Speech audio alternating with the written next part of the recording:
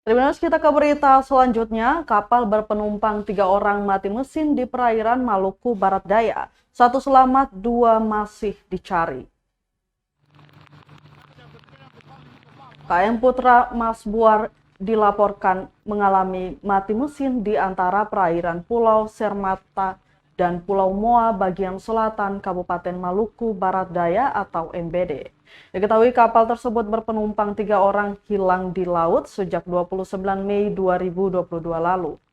Kepala Kantor SAR Ambon Mustari dalam rilisnya menerangkan, keluarga korban melaporkan KM Putra berpenumpang 3 orang hilang di perairan laut MBD, di mana 1 orang selamat, 2 masih hilang.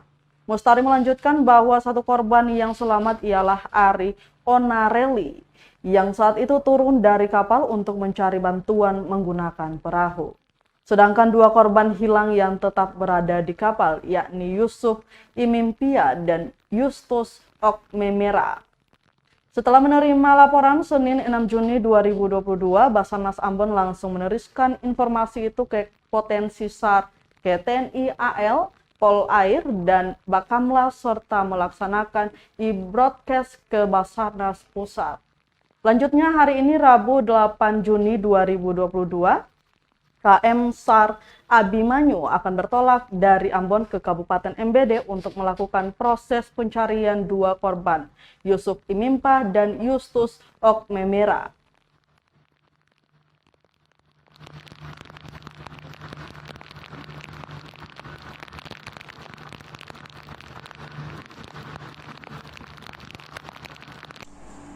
Basarnas Ambon menerima laporan dari masyarakat Maluku Barat Daya, 1 kapal yang mengalami lost contact di perairan Maluku Barat Daya dengan rute Pulau Luang menuju Pulau Babar.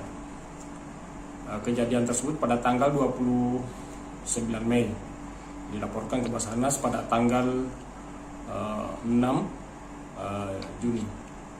Dari kejadian sudah memasuki hari ke-9. Laporan kami terima dan langsung kami mewakilkan ke SROP dan informasi kami teruskan ke TNI Angkatan Laut, Bakamla dan Polair. Pada hari Selasa, Basarnas yang ada di Samlaki langsung melakukan pencarian di perairan Samlaki.